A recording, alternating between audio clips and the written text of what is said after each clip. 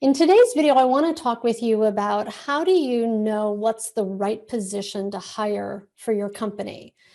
A little while back, my client Scott and I sat down and we were talking about the next person that he needed to hire for his team. His business has grown a lot in the last couple of years, and particularly in this year.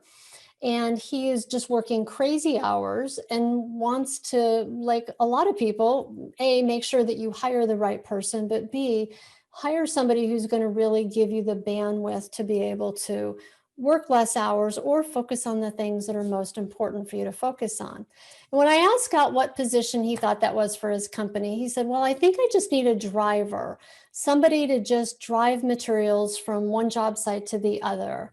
And as I listened to him, I said, "Well, do you know all of the positions within your company?" I just asked him, "Do you know all the hats that you're wearing right now in your business? And are you really clear about if that's the right position for you to hire?" And I recommended that instead of just looking at it from the perspective, which a lot of times we do, I just need somebody to give me some relief. I need another helper. I need a set of hands to help me. That tends to be the easiest answer because it doesn't require a lot of training and it doesn't require having to pursue somebody with a high degree of skill. You might think, well, it's easy if I just hire somebody who can help relieve some of the workload. But as I sat down with Scott, we actually created an organizational chart for his company. And I want to share it with you because it was very illuminating for him when I said, let's create an organizational chart. Let's look at all the positions in your company. And then what I want you to do is to fill in every one of the positions that you wear that hat for. And let me show you what it looked like when we were done. So you can see, so it's Scott. He's the president of the company. He's the owner. It's a design build firm. Scott's name was, he was the president. He's the ops manager. He was a project manager. He's the estimator. He's the designer. He's the marketing. He's sales. He is human resources. He is the office manager. I said, and he actually sometimes is working in the field. Sometimes he's actually a foreman. And I said, so when you look at this, really, you want to consider not just getting another set of hands to help you manage everything that's on your plate, but I think a more important question for you to ask for yourself right now is, what is a position that will give me the most leverage for me to be able to focus my time as a business owner on the most important parts that I want to be handling and that will allow me to really help my business grow and thrive? And where is the position that could be handed off to somebody else, or I could hire somebody else to do that would allow me the time to focus on where I really need to be focusing my time?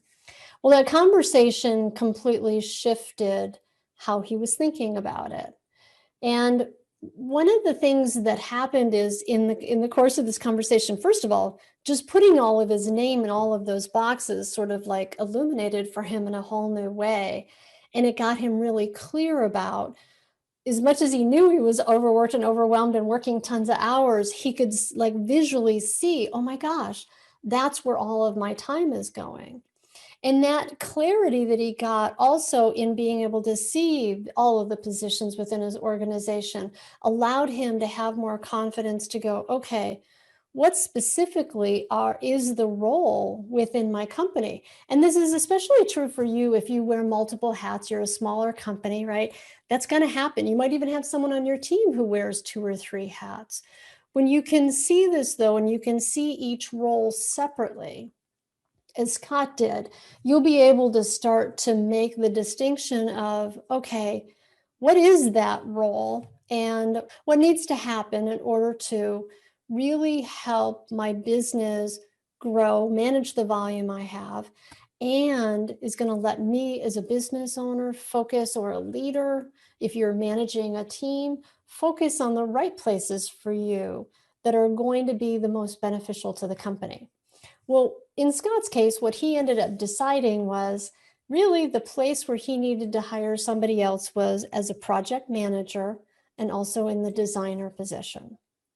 And that change in his business, and he first hired a designer, and that alone was a huge weight off of his shoulders, because now it gave him more capacity to be able to turn around designs quicker and serve clients better. And then hiring the project manager, all of a sudden, that was enormous because it took away that need for him to be constantly in the field and managing all of these other people underneath him. He was able to get more bandwidth. And so the thing for him that he started to notice, and that hopefully you're seeing in this, is that by hiring the right person who can actually take ownership, who's not just a helper, but take ownership of that role, is critically important to be giving you the ability to create more bandwidth and make sure that you're making the right hire and not just hiring somebody who's a helper. In the next video, I'm going to talk about how do you make sure that you're hiring for the right person by making sure that you're clearly defining what each of those roles within your organization are.